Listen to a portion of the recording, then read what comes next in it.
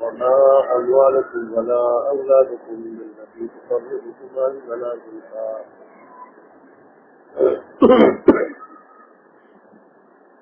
إلا من آمن وعمل صالحا فأولئك لهم جزاء ضعف ما عملوا وهم في الغرفات آمنون والذين يسعون في آياتنا معاجزين أولئك في العذاب مشركون قل إن ربي يبسط الرزق لمن يشاء من عباده ويقدر له وما أنفقتم من شيء فهو يخلفه وهو خير الرازقين ويوم يحشرهم جميعا ثم يقول للملائكة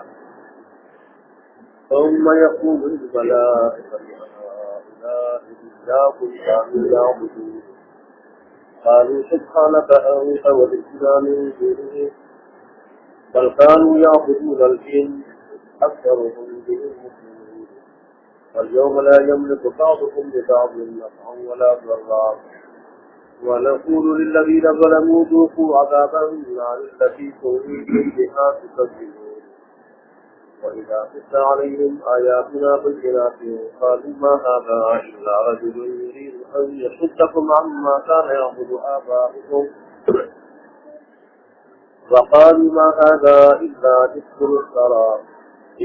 إفك مفترى وقال الذين كفروا للحق لما جاءهم إن هذا إلا سحر مبين وما آتيناهم من كتب يدرسونها وما أرسلنا إليهم قبلك من نذير وكذب الذين من قبلهم وما بلغوا مقدار ما آتيناهم فكذبوا رسلي فكيف كان نكير صدق الله مولانا العظيم وصدق رسوله النبي الكريم وعلى ذلك من الشاهدين والشاكرين والحمد لله رب العالمين. یہ سورہ احزاب کا 5واں رکوع ہے، اس کا سورہ شباب ہے، سورہ شباب کا 5واں رکوع ہے۔ اس کا ربط گزشتہ آیات کے ساتھ یہ ہے کہ گزشتہ آیات میں کافروں نے کہا تھا نحن اکثر اموالا و اولادا وما نحن بمعذبین، ہم اللہ کے مقبول ہیں۔ مقبولیت کی نشانی کیا ہے؟ ہم مال میں بھی زیادہ ہے، اولاد میں بھی زیادہ ہے، اور لیکن مال بھی اللہ کی نعمت ہے، اولاد بھی اللہ کی نعمت ہے۔ جس کے پاس مال زیادہ ہو، اولاد زیادہ ہو، اللہ کی نعمت زیادہ ہے، اور اللہ جس کو زیادہ نعمت دیتا ہے وہ اللہ کا محبوب ہوتا ہے، کیونکہ ہمارے پاس یہ نعمت زیادہ ہے، اس سے اللہ کے محبوب۔ آج اللہ تبارک و تعالیٰ نے اس رکوع میں، اس 5ویں رکوع میں سلسلے میں ضابطہ بیان فرمایا، قاعدہ کلیہ، عام ضابطہ اپنا بیان فرمایا کہ میرے مقرب ہونے کا معیار یہ کثرت مال، کثرت اولاد نہیں، بلکہ ایمان اور نیک اعمال ہے، ایمان اور نیک اعمال۔ چنانچہ اللہ تبارک و تعالیٰ نے فرمایا کہ جو ایمان والے ہوں گے اور ایمان کے ساتھ نیک اعمال والے، ان کو جنت کے بالا خانے نصیب ہوں گے، جنت، اور وہاں بڑے امن سکون سے رہیں گے۔ ایک سب سے بڑی چیز امن ہے۔ ابراہیم علیہ السلام نے جب مکہ کے لیے مانگا اللہ تبارک و تعالیٰ سے تو امن پہلے مانگا، معیشت بعد میں مانگی۔ معیشت پہلے ابراہیم علیہ السلام نے فرمایا کہ اللہ تبارک و تعالیٰ اس کو امن والا شہر بنا دے، اور بعد میں فرمایا وارزقہم من الثمرات، وارزقہم کہ ان کو ہر طرح کے میوے اور پھل کھلا دے۔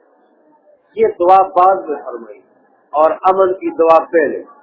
اس کی وجہ یہ ہے جس جگہ میں، جس ملک میں، جس علاقے میں امن نہ ہو، وہاں نہ مکان کا مزہ آتا ہے، نہ کھانے پینے کا کوئی مزہ آتا ہے، اور نہ وہ چیز آدمی استعمال کر سکتا ہے۔ شام والے کھائے نا، ابھی فلسطین والے کھائے نا، کشمیری آج کل کھائیں، مقبول کشمیر والے۔ تو اللہ کی نعمتوں سے فائدہ اٹھانا، سکون چین کے ساتھ ان کو استعمال کرنا، اس کے لیے عمل ضروری ہے۔ تو اس لیے اللہ تبارک و تعالیٰ نے جنت کے بالاخانوں میں زندگی کی جو بڑی صفت ہے امن، کہ امن سکون کے ساتھ رہیں گے، کسی قسم کی کوئی پریشانی نہیں ہوگی، نہ دشمن کی طرف سے ڈر، نہ جسمانی پریشانی، اور نہ مالی پریشانی، نہ غربت کی پریشانی، کسی قسم کی کوئی پریشانی نہیں ہوگی، نہ ناراضگی کب۔ لیکن یہاں تو دو بھائیوں میں بھی ناراضگی ہو جاتی ہے، باپ بیٹے میں بھی ناراضگی ہو جاتی ہے، دو پڑوسیوں میں بھی ناراضگی ہو جاتی ہے، وہاں ایسا نہیں ہوگا۔ محبت کی محبت ہوگی۔ اللہ تبارک و تعالیٰ جب جنتیوں کو جنت میں بھیجیں گے، بھیجنے سے پہلے وہاں ایک خاص قسم کا چشمہ ہوگا جنت سے باہر، اللہ فرمائے گا اس کا غسل بھی کر لو تاکہ تمہارا ظاہر جنت کے قابل ہو جائے، اس کا پانی پی بھی لو تاکہ تمہارا باطن کھل جائے، ساری کی ساری قدرتوں اور محبت آ جائے، قدرتوں کی جگہ میں محبت آ جائے۔ وہاں جو رہیں گے جنت، سارے جنتی ایک دوسرے کے ساتھ بڑی محبت کریں گے، بڑے چاہیں گے، بڑے چاہیں گے۔ یہاں تو بڑے چاہنے والے بھی کبھی نہ چاہنے والے بن جاتے ہیں۔ تو جن دنوں میں دو چاہنے والے آپس میں چاہتے ہیں، ان کی چاہت کی کیا کیفیت ہوتی ہے؟ ایسی چاہت وہاں ہر وقت ہوگی، ہر وقت ہوگی، ہر وقت ہوگی، کسی قسم کی کوئی پریشانی نہیں ہوگی۔ تو اللہ تبارک و تعالیٰ نے فرمایا میرے ہاں میرے مقرب ہونے کا معیار یہ ایمان ہے، نیک اعمال ہے، کثرت اموال اور کثرت اولاد نہیں۔ لہذا جو لوگ اپنے اعمال کو نہیں دیکھتے اور دیکھتے ہیں کثرت اموال کو، کثرت اولاد کو، یہ پرلے درجے کے احمق اور بیوقوف ہے۔ یہ ضابطہ اللہ تبارک و تعالیٰ نے آج کی آیات میں بیان فرمایا ہے۔ چنانچہ اللہ تبارک و تعالیٰ فرماتے ہیں وَمَا أَمْوَالُكُمْ، نہ تمہارے مال، وَلَا أَوْلَادُكُمْ، نہ تمہاری اولاد، التي وہ ہے ایسی ہے کہ تقربكم عندنا زلفا، کہ تمہیں ہمارے نزدیک کر دے، قریب کر دے، مقرب بنا دے، ٹھیک درجے کے لحاظ سے، الا من آمن وعمل صالحا، مگر جو لوگ ایمان لائے اور نیک اعمال انجام وہ پھر جو بھی نیکی کرے، عملی نیکی کرے یا مالی نیکی کرے، ان کو اس کا اجر ملے گا کم از کم 10 گنا، کم از کم 10 گنا۔ اولئک لهم جزاء الضعف بما عملوا، ایسے لوگوں کے لیے ان کا بدلہ بڑا چڑھا کر دیا جائے گا ان اعمال کی وجہ سے جو انہوں نے دنیا میں کی، دنیا میں وَهُمْ فِي الْغُرَفَاتِ آمِنُونَ، اور وہ جنت کے بالاخانوں میں امن سکون سے رہیں، امن سکون سے، کسی چیز کا کوئی غم نہیں ہوگا، نہ کھانے پینے کا،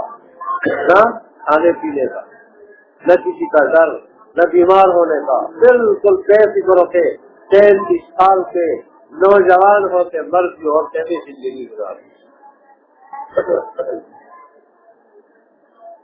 والذین یسعون فی آیاتنا معاجزین، یہاں اللہ تبارک و تعالیٰ نے اہل ایمان کے مقابلے میں کافروں کی سزا ذکر فرمائی، سزا کہ وہ لوگ جو کوشش کرتے ہیں ہماری آیات کے بارے میں، کس چیز کی کوشش کرتے ہیں؟ معاجزین، ہرانے کی. کیا مطلب کہ اللہ تبارک و تعالیٰ کی آیات کی تکذیب کرے, ان کا مذاق اڑائے, تان و تشریح کرے, اور پھر یہ سمجھے کہ ہم پکڑے نہیں جائیں گے, پکڑے نہیں جائیں گے, اللہ کی گرفت سے بچ جائیں گے, اللہ تو عاجز کر دیں گے, وہ ہمیں پکڑ نہیں سکے گا. یہ ان کی خام خیالی ہے, خام ایسا نہیں. اللہ کو عاجز ہی کر سکتے, اللہ کو ہرا نہیں سکتے. دیکھو اللہ کی آیات کی تشریح کرے, مذاق کرے, اور پھر اس پہ تان و تشریح کرے, اعتراضات کرے بےہودہ, پھر اللہ ان کو پکڑے نا, یا پھر وہ زمین و آسمان کے کناروں سے نکل جائے, اللہ کی گرفت سے بچ جائے, ایسا نہیں ہو سکتا. ایسے لوگ اولئک فی العذاب محضرون, ایسے لوگ ضرور عذاب میں حاضر کیے جائیں گے, سزا میں گرفتار ہو کے حاضر کیے جائیں گے اللہ کے سامنے.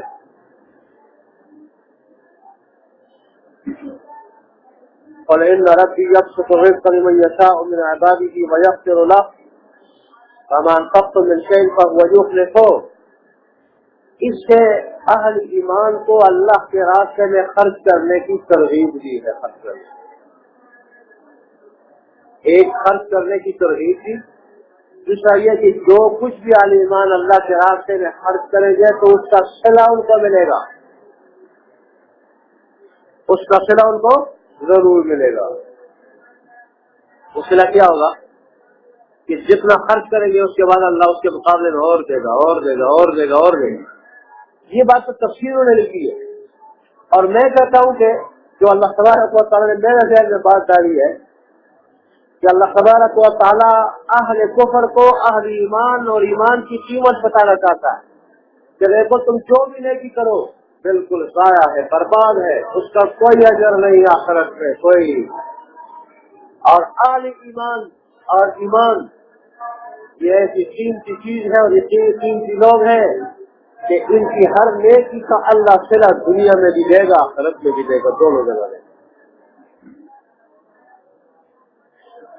جیسے حدیث شریف میں آتا ہے, بخاری اور مسلم کی حدیث شریف ہے کہ ہر روز اللہ تبارک و تعالیٰ 2 فرشتوں کی ڈیوٹی لگاتا ہے, وہ مسلسل یہ دعا کرتے ہیں ہر روز ہر روز ہر روز, اللہم آت منفقا خلفا وآت ممسکا تلفا. اللہ تبارک و تعالیٰ تیرے راستے میں خرچ کرنے والے کو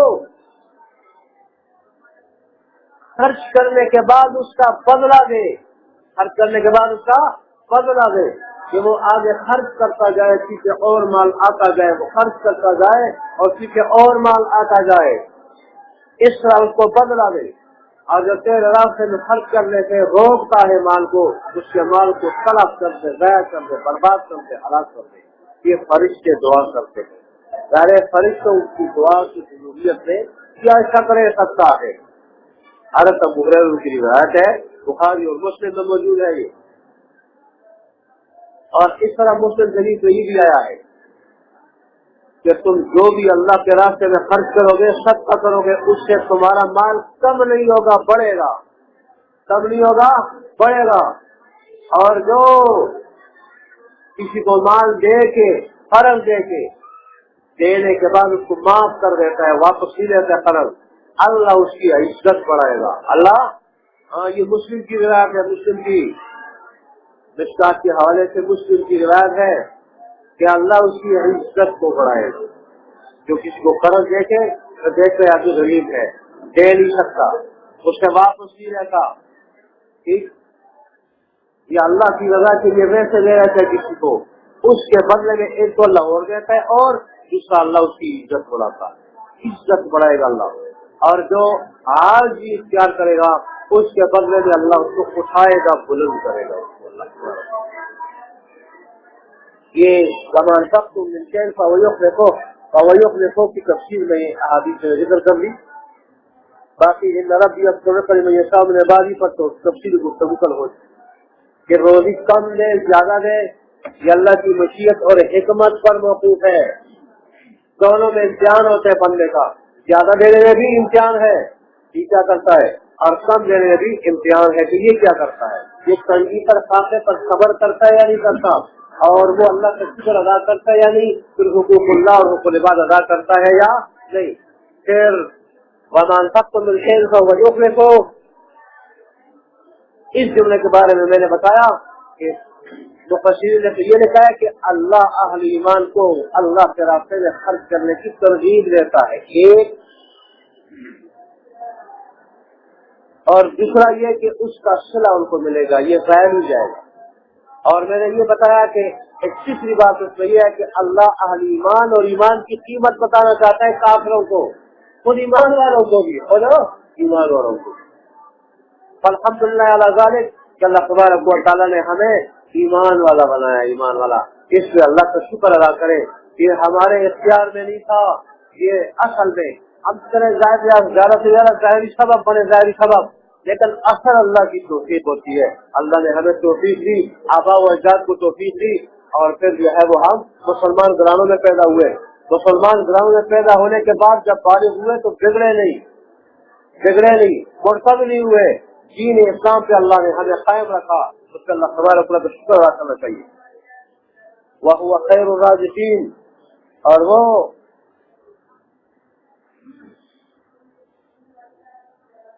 رزق پہنچانے والوں میں سے، رزق دینے والوں میں سے سب سے بڑھ کر رزق دینے والا ہے، سب سے زیادہ رزق دینے والا ہے.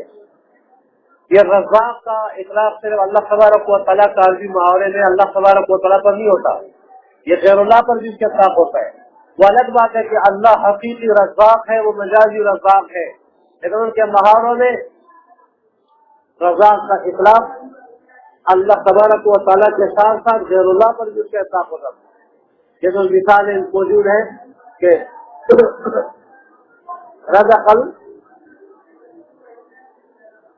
رزق الامیر الجندہ یا رزق الامیر الجندیہ، بادشاہ نے سپاہی کو روزی دی، بادشاہ نے سپاہی کو روزی دی، وظیفہ دیا، روزی دی. اس کا اطلاق غیر اللہ پر بھی ہوتا. اس لیے اللہ تبارک نے فرمایا کہ تمہارے روزی پہنچانے کے تم تک جن کے ہاتھ سے، جن کے واسطے سے روزی پہنچی ہے، ان سب سے بڑھ کر روزی رساں میں ہوئی کہ ان کو دینے والا بھی میں ہوں، ان کو دینے والا بھی میں ہوں. اور اچھی تجویز کی یہ ہے کہ اللہ حقیقی رزاق ہے اور باقی جو مجازی رزاق. لیکن عربی محاورے میں چونکہ اللہ اور غیر اللہ دونوں پر رزاق کا اطلاق ہوتا تھا، اس لیے اللہ تبارک و تعالیٰ نے فرمایا کہ تمہاری روزی کے ظاہری سبب تو اور بھی ہے، لیکن حقیقی رزاق تمہارا اللہ ہے. سب سے بڑھ کر رزاق کون ہے؟ وہ اللہ ہے. بہترین رزاق اللہ تبارک و تعالیٰ. لہذا جب تم اس کے بنو گے، مطلب یہی ہے، مقصد یہی ہے، اس کے بنو گے، اس کی ذات پر، وحدانیت پر ایمان لا کر، اس کی اطاعت کر کے، اس کے شکر گزار بن کے، وہ تمہیں بہترین روزی عطا کرے گا، بلکہ دنیا کو ذلیل و رسوا کر کے تمہارے قدموں میں ڈال دے گا. بڑی سہولت کے ساتھ تمہیں روزی ملے گی.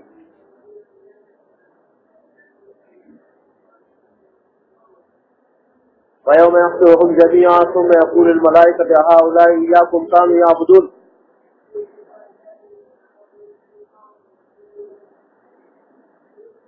قیامت کے دن غیر اللہ کے پوجنے والے لوگ بھی ہوں گے، غیر اللہ کو پوجنے والے بھی ہوں گے، اور غیر اللہ میں ایسے بھی لوگ ہوں گے جو فرشتوں کو پوجتے تھے. تو اللہ ان کی تذلیل کے لیے اور ان کی شناخت ظاہر کرنے کے لیے، اس خیر کی شناخت برائی ظاہر کرنے کے لیے فرشتوں سے اس قسم کا سوال کریں گے، تاکہ ان کو خود جو ہے وہ اپنی شناخت کا پتہ چل جائے کہ ہم نے جو خیر کیا ہے یہ کیسا ہے. جن فرشتوں کو ہم معبود سمجھتے تھے، وہ فرشتے آج کیا کہہ رہے ہیں اس کے بارے میں؟ وہ تو اللہ کی پاکی بیان کر رہے ہیں اور کہہ رہے ہیں کہ ہم تو تجھے معبود جانتے تھے، تیرے سوا معبود ہے نہیں.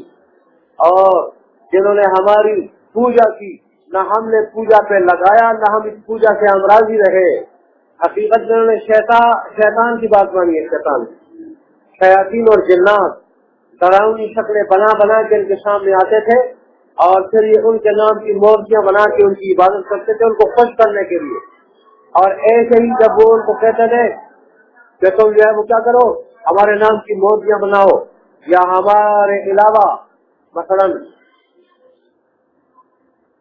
فرشتوں کو پوجو، اللہ کے فلانے مقرب بندوں کے نام کی مورتیاں بنا کے ان کی پوجا کرو، جس کا وہ شیاطین کہتے تھے یہ مورتیاں بنا کے ان کو پوجتے تھے، تو حقیقت میں یہ بھی شیطان کی پوجا ہوئی کہ ان کا کہاں مانا ہو، شیطان کا کہاں مانا، ان شیاطین کا کہاں مانا۔ تو اللہ تبارک و تعالیٰ تو ہم نے کہا کہ ہماری عبادت کرو اور نہ ہم اس سے راضی رہے، بلکہ یہ خود شیاطین کے کہنے اور بہتانے میں آئے، ان کی باتیں انہوں نے نہ مانی، انہوں نے جو غیر اللہ کی عبادت کی ہماری بات مان کے لی، نہ ہم نے کہا ان کو شیاطین کی بات مان کر۔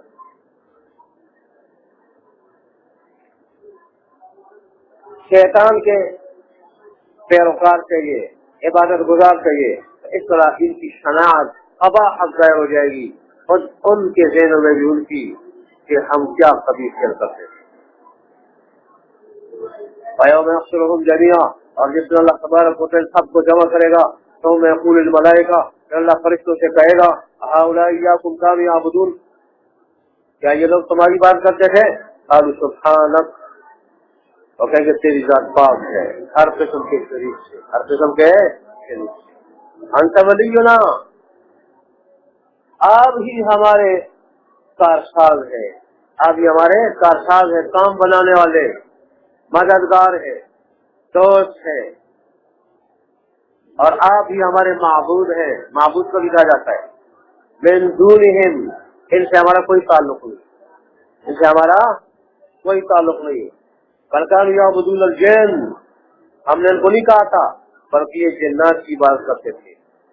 اکثرهم بهم مؤمنون، اور اکثر ان پر ایمان لاتے تھے، یہ ان کی بات مانتے تھے، ان کو بڑا مانتے تھے۔ کافر جو غیر اللہ کی پوجا کرتے تھے، ایک نظریہ ان کا یہ تھا کہ اللہ کے ہاں یعنی کام آئیں گے، ہماری سفارش کریں گے، اللہ راضی ہو یا راضی نہ ہو، اس طرح اللہ کے عذاب سے سفارش کر کے جبری سفارش کر کے یہ اللہ کے عذاب سے ہمیں بچا لیں گے، اللہ راضی نہ بھی ہو یہ زبردستی نعوذ باللہ منوا لیں گے، اللہ کے لاڑنے جو ہوئے، جیسے وہ آج کل بعض لوگ کہتے ہیں بعض بازار والوں کے بارے میں، ہمارا ان کے آگے اور ان کا اللہ کے آگے، ہماری دعا ان کے آگے اور ان کی دعا اللہ کے آگے، کیا ہماری سفارش ان کے آگے اور ان کی اللہ کے آگے؟ تو اللہ نے اس کی ترتیب فرمائی، اليوم لا یملک بعضکم لبعض نفعا ولا ضرا، آج کے دن تم میں سے بعض کے لیے، یعنی عابد معبود کے لیے اور معبود عابد کے لیے کسی کام کا نہیں ہوگا، کسی نفع نقصان کا نہیں ہوگا، معبود اس کی کوئی سفارش نہیں کر سکے گا، اللہ کے عذاب سے نہیں بچا سکے گا۔ وَنَقُولُ لِلَّذِينَ ظَلَمُوا ذُوقُوا عَذَابَ النَّارِ الَّتِي كُنتُمْ بِهَا تُكَذِّبُونَ، اور ہم ظالموں سے کہیں گے، ظالم کون ہے؟ جس نے قرآن کو جھٹلایا، قرآن پہ عمل نہیں کیا، آخرت کی بھی تیاری نہیں کی، اللہ کی اطاعت نہیں کی، دین پہ چلا نہیں، وہ ظالم ہے۔ سب سے بڑا ظالم الگ بات ہے، کافر ہے، مشرک ہے، لیکن اس کے درجے کے لیے آتے، اس کے بعد جس کے کبیرہ گناہ ہوں گے وہ ظالم۔ ہم کہیں گے اس جہنم کی آگ کے عذاب کو چکو جس کو تم جھٹلاتے تھے اور تم کہتے تھے کہ کوئی عذاب نہیں۔ جھٹلانا دو قسم کا ہے، بتانا یہاں اگر کے بظاہر کافروں کا ذکر ہے کہ وہ زبان سے جھٹلاتے تھے، انکار کرتے تھے، قائل نہیں تھے محاسبے کے، نہ قیامت کے، نہ جنت کے، نہ دوزخ کے، لیکن مفتی صاحب کہتے ہیں جھٹلانا دو قسم کا ہے، ایک زبان سے جو کفر ہے، ایک عملاً جو فسق ہے۔ آج کا مسلمان وہ عملاً آخرت کو جھٹلا رہے، عملاً جہنم کو، عملاً جنت کو، عملاً محاسب اعمال کو، قیامت کو، اس عمل کو جھٹلا رہا ہے، اس کی تیاری نہیں کر رہے، اس کے اعمال بتا رہے ہیں، اعمال سے مجھے تاثر دے رہا ہے دنیا کو کہ گویا کوئی جنت دوزخ نہیں، کوئی محاسبہ اعمال نہیں۔ اللہ اکبر، یہ کامل ایمان والے کا شیوا نہیں ہے۔ کامل ایمان والا جہاں زبان سے نہیں جھٹلاتا وہاں اعمال سے بھی نہیں جھٹلاتا۔ اور خیر کے اندر تضاد، یہ تو نفاق ہے، نفاق کی علامت ہے۔ وَإِذَا تُتْلَىٰ عَلَيْهِمْ آيَاتُنَا بَيِّنَاتٍ، اب دنیا میں ان کا حال یہ ہے، دونوں زندگیوں کا اللہ مقابلہ کراتا ہے، دونوں زندگیوں کا۔ اس میں ایک طرف ان کے لیے وعید بھی ہے اور اپنے ماننے والوں کے لیے تسلی بھی ہے، رسول اللہ صلی اللہ علیہ وسلم کے لیے۔ کیا فکر نہ کرے، بدمش قسم کے لوگ بدمشی کی بات کرتے، خاص کر جس کے پاس دو سکے ہوتے ہیں وہ دیندار لوگوں کو بڑی حقارت سے دیکھتے ہیں، حقارت سے دیکھتے بھی ہیں، اور ان کے خلاف جو ان کی زبان بے لگام ہوتی ہے، اس سے اللہ والوں کو تکلیف ہوتی ہے۔ تو اللہ تبارک و تعالیٰ یہاں تسلی دی ہے کہ اللہ والے لوگوں کو تسلی دی ہے، سب سے بڑا اللہ والا اللہ کا نبی ہوتا ہے، صلی اللہ نبی، پھر صحابہ، پھر درجہ بدرجہ جو بھی آدمی اللہ تبارک و تعالیٰ کے دین کا کام کرے اور انبیاء کا جانشین علماء ہو، فقہاء ہو، سب کے لیے تسلی ہے کہ ایسے لوگ جو پیسے کے بلبوتے پر، پیسے کے نشے میں مست ہو کے زبان ان کی بے لگام ہو جاتی ہے، ان کی باتوں سے تمہیں پھر برداشت نہیں ہونا چاہیے۔ ایک دن آئے گا پھر میں ان کو پوری کی پوری سزا دوں گا، اور اس کا انجام وہ خود اپنی آنکھوں سے دیکھ لیں گے۔ تو کیا انجام یہاں پہ بھی وَإِذَا تُتْلَىٰ عَلَيْهِمْ آيَاتُنَا بَيِّنَاتٍ، لیکن آیات صرف ہی آیاتیں نہیں، آیات ان آیات کو کہا جاتا ہے، احکام کو بھی کہا جاتا ہے، احکام کو، اللہ کے احکام کو بھی کہا جاتا ہے، اور اللہ تبارک و تعالیٰ کی وحدانیت کے دلائل کو بھی کہا جاتا ہے، معجزات کو بھی کہا جاتا ہے۔ تو آج کل جب احکام اللہ کے سنائے جاتے ہیں، آج کل ہمارے اپنے مسلمان بھی ان احکام کو پسند نہیں کرتے اور ان پہ اعتراضات کرتے، طرح طرح کے اعتراضات کرتے، خاص کر حکمران طبقہ وہ اللہ کے احکامات کو ماننے کے لیے تیار نہیں، اور اللہ کے احکامات کے مقابلے میں دنیا کے بندوں کے اور گوروں کے بنائے ہوئے قوانین کے پیچھے چلتے ہیں۔ تو ایسے لوگوں کے بارے میں فرماتے ہیں وَإِذَا تُتْلَىٰ عَلَيْهِمْ آيَاتُنَا بَيِّنَاتٍ، جب ان پر ہماری واضح آیتیں پڑھی جاتی ہے، قَالُوا مَا هَٰذَا إِلَّا رَجُلٌ يُرِيدُ أَن يَصُدَّكُمْ عَمَّا كَانَ يَعْبُدُ آبَاؤُكُمْ، اور کہتے ہیں یہ تو ایک ایسا آدمی ہے جو چاہتا ہے کہ تمہیں ان چیزوں سے روکے جن کی عبادت تمہارے آبا و اجداد کرتے تھے، اور آج کل کے لوگ کہتے ہیں یہ ترقی کے راستے میں رکاوٹ ہے، ترقی ہے، یہ دین اسلام، یہ دین اسلام کے احکامات جو تھے وہ تو پرانے زمانے کے لیے تھے، اس زمانے کے لیے نعوذ باللہ نہیں ہے، جدید زمانہ ہے، دنیا سائنس نے ترقی کر لی، لوگوں نے ترقی کر لی، وہ جب دنیا کے لیے قوانین نہیں ہے، یہ سابقہ لوگوں کے لیے ہے، اور یہ قوانین نعوذ باللہ اور یہ مولوی یہ ترقی کے راستے میں رکاوٹ۔ ابھی تک روشن خیال بن کے، گوروں کے غلام بن کے یہ بتائیں کہ کتنی ترقی کی ہے۔ جیسے مفتی تقی اسماعیل صاحب فرماتے ہیں، ایک جگہ سفر ہوا، بیرون ملک کا پیٹ ہے، پیٹ پختون والا ملا، ایسی بات ہوئی تو اس نے کہا کہ تم مولوی لوگ جو ہے نا ترقی کے راستے میں رکاوٹ۔ میں نے کہا کہ ماشاءاللہ آپ جیسے مصروں کی زندگی کو ابھی تک کافی جو ہے نا مولویت سے ہٹ کر گزری ہے، تو آپ نے کتنی ترقی کر لی ہے دنیا میں، آپ نے کتنی ترقی کر لی ہے۔ خدا کے پاس میں جواب منفی میں تھا، اور کیا جواب؟ تو میں نے پھر اس کو کہا کہ کافر کو اللہ کا باغی ہو کے دنیا میں ترقی کر سکتا ہے، اس لیے کہ اس کی جگہ دنیا آخرت میں کوئی نہیں، آخرت میں اس کی جگہ کوئی نہیں۔ مسلمان آخرت بھی لے، جنت بھی لے، اور دنیا میں اپنی مرضی سے رہے، یہ نہیں ہو سکتا۔ یہ اپنی مرضی سے رہے گا، رب کو بلا کے ذلیل کرے گا، اللہ کے لائق کو ذلیل کرے گا، پٹوائے گا۔ یہ جنت بھی لے، دنیا میں بھی طرف یافتہ رہے، پھر ظاہر تو ایمان والا کیسے بنے گا؟ یہ اس لیے مومن یہاں خواہشات کے تابع ہو کے زندگی گزارے، ترقی کرے گی۔ پھر میں نے مصر کو ٹھیک طرح سے سمجھایا، پھر اس کی بات ذہن میں آ گئی، اور کہتے تھے وَقَالُوا مَا هَٰذَا إِلَّا إِفْكٌ مُفْتَرًى، کہتے نہیں ہے یہ مگر تراشا ہوا جھوٹ، نعوذ باللہ، تراشا ہوا، اللہ کے کلام کو، قرآن کو تراشا ہوا جھوٹ کہتے تھے۔ کیوں؟ ان کی خواہشات کی مخالفت اس کو ہوتی تھی، خواہشات۔ جس رسم و رواج میں وہ مبتلا تھے اس رسم و رواج کی مخالفت کر رہا تھا قرآن. اور یہ رسم و رواج ایسی چیز ہے اس میں آدمی پنس جائے نہ پنس جائے. وہ اللہ کے حکم کو بھی چھوڑ دیتا ہے, اللہ کا باغی بھی بن جاتا ہے, لیکن رسم و رواج کو چھوڑتا نہیں. آپ خود اپنے نکاح میں اور اپنی غمی میں دیکھ لینا, غمی میں لوگ جس چیز کے خاتمے کے 40 کے وہ پابند ہو جاتے ہیں, عادی ہو جاتے ہیں, اس کے اتنے پابند ہوتے ہیں کہ اس کے لیے سنت کو اللہ کے حکم کو وہ چھوڑ دیتے ہیں, ساری چیزیں دوبارہ کر دیتے ہیں, فرض بھی لے لیتے ہیں, کر کا نجائز اڑا دیتے ہیں, جن میں نابالغ ورثاء کا حق ہوتے ہیں ان کی اجازت کا اعتبار بھی نہیں, لیکن رسم کو چھوڑتے نہیں. اور ایسے ہی نکاح کے موقع پر جب تک موسیقی نہ ہو, اس میں ڈانس نہ ہو, ٹیگوں کے ذریعے گانے نہ ہو, اسپیکروں کے ذریعے گانے نہ ہو, تو وہ کبھی بھی کوئی شادی بڑی شادی ہوگی, لوگ آئیں گے وہ کیا کہیں گے عجیب شادی تھی, عجیب شادی تھی, اس میں گانا نہیں تھا, ٹیگ نہیں لگا ہوا تھا, گانا دور تک نہیں پہنچ رہا تھا, کوئی رقص نہیں ہو رہا تھا, اس میں ناچ گانے نہیں ہو رہے تھے, وہ جو ہے وہ کیسی شادی ہے؟ یہ رسم و رواج کے ہم ایسے, ہم خود مسلمان ایسے پجاری ہو چکے, ایسے عادی ہو چکے, اب اس کے بغیر ہماری شادی نہیں ہوتی. اللہ کا حکم ذبح ہو جائے تو ہو جائے, لیکن رسم و رواج جو ہے وہ کبھی ہم نہ چھوڑے, آپ سے نہ جائے کریے. اس لیے اس کے مقابلے میں پھر لوگ پھر اللہ کے کلام کو, حکم کو جادو بھی کہہ دیتے ہیں اور سب کچھ کہہ دیتے ہیں.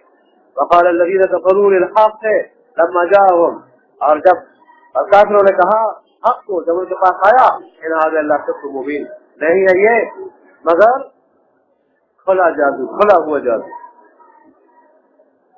وما آتیناهم من کتب یدرسونها, حالانکہ ہم نے ان کو اس سے پہلے کتابیں نہیں دی کہ جن کو پڑھتے پڑھاتے ہو, پڑھتے پڑھاتے ہو. وما ارسلنا الیہم قبلک من نذیر, اور نہ آپ سے پہلے ہم نے ان کی طرف کوئی ڈرانے والا رسول اور نبی بنا کر بھیجا. ان پر وقتوں کو تو قدر کرنی چاہیے گی. پہلے ہمیں کبھی کتاب نہیں ملی, پہلے ہمارے پاس کوئی رسول نہیں آیا, حالانکہ خود کہتے تھے کہ اللہ کرے ہمارے پاس رسول آ جائے, ایک مرتبہ رسول آ جائے گا دنیا دیکھ لے گی, ساری امتوں سے بڑھ کر ہم ہدایت کو لینے والے ہوں گے, ہدایت کو لینے والے ہوں گے, قبول کرنے والے ہوں گے, اس پر عمل کرنے والے ہوں گے. اور اب جب وہ آخری رسول اور وہ بھی آخری رسول, اس کے بعد کوئی رسول نہیں, آخری کتاب, ان کے پاس دونوں چیزیں آ چکی, اور یہ کیا کر رہے, انہوں نے اس کی ناقدری. ان کو تو قدر کرنا چاہیے تھا, قدر کرنا چاہیے تھا اور دل سے لگانا چاہیے تھا, لیکن انہوں نے ناقدری, انکار کر دیا. اللہ کی نعمت کی ناقدری یہ بہت بڑا جرم ہے. فَكَذَّبَ الَّذِينَ مِن قَبْلِهِمْ, ان سے پہلے لوگوں نے بھی میری آیات کو, میرے انبیاء کو جھٹلایا. وَمَا بَلَغُوا مِنْ مَا آتَيْنَاهُمْ, اور جو کچھ ہم نے ان کو دیا تھا یہ اس کے 10ویں حصے کو بھی نہیں پہنچ سکتے. وہ تو بڑے بڑے حکمران بھی تھے, بڑے بڑے بادشاہ بھی تھے, ان کی عمریں بھی 1000 برس, 1200 برس اتنی ان کی عمریں ہوتی تھی. ان سے عمر میں بھی زیادہ, اقتدار میں زیادہ, مال اولاد میں زیادہ, لیکن جب انہوں نے ہمارے انبیاء کو جھٹلایا تو پھر ہم نے انہیں کیسے تباہ کیا, برباد کیا. پھر کیسا تھا ان کے اوپر ہمارا عذاب. ہمارا حشر بھی ان سے مختلف نہیں ہوگا. اور میں کہتا ہوں آج اللہ تبارک و تعالیٰ کی یہ آیات نامنہاد مسلمان کو بھی ڈرا رہی ہے. اس وقت کے مسلمان تو ایسا نہیں تھے, وہ تو کامل درجے کے مسلمان تھے, اس وقت باغی صرف کافر تھے. آج مسلمان صرف نام کا مسلمان ہے, باغی ہے, صرف یہ فرق ہے کافر میں اس میں, اور غیر بڑا فرق ہے کہ وہ کلمہ نہیں پڑھتا, یہ کلمہ پڑھتا ہے. اس کی وجہ سے آخر کار جنت پہ جائے گا, لیکن خدا جانے کتنے کروڑ ارب طرف سال جہنم میں جل مر کے, اور وہاں تو ایک لمحہ بھی نہیں گزرے گا آدمی کے اوپر, نہ جینا ہوگا نہ مرنا ہوگا, ایسی بری زندگی ہوگی. تو آج مسلمان کے لیے بھی اس پہ بڑا جھنجھوڑنا عبرت کا سامان ہے کہ اے مسلمان, تیرا حشر بھی پھر ان کافروں سے مختلف نہیں ہوگا سزا کے اعتبار سے. جیسے شروع میں وہ الگ بات ہے, اس کا کافر کا جو ٹھکانا ہوگا الگ ہوگا, تیرا ٹھکانا الگ ہوگا, لیکن ظاہر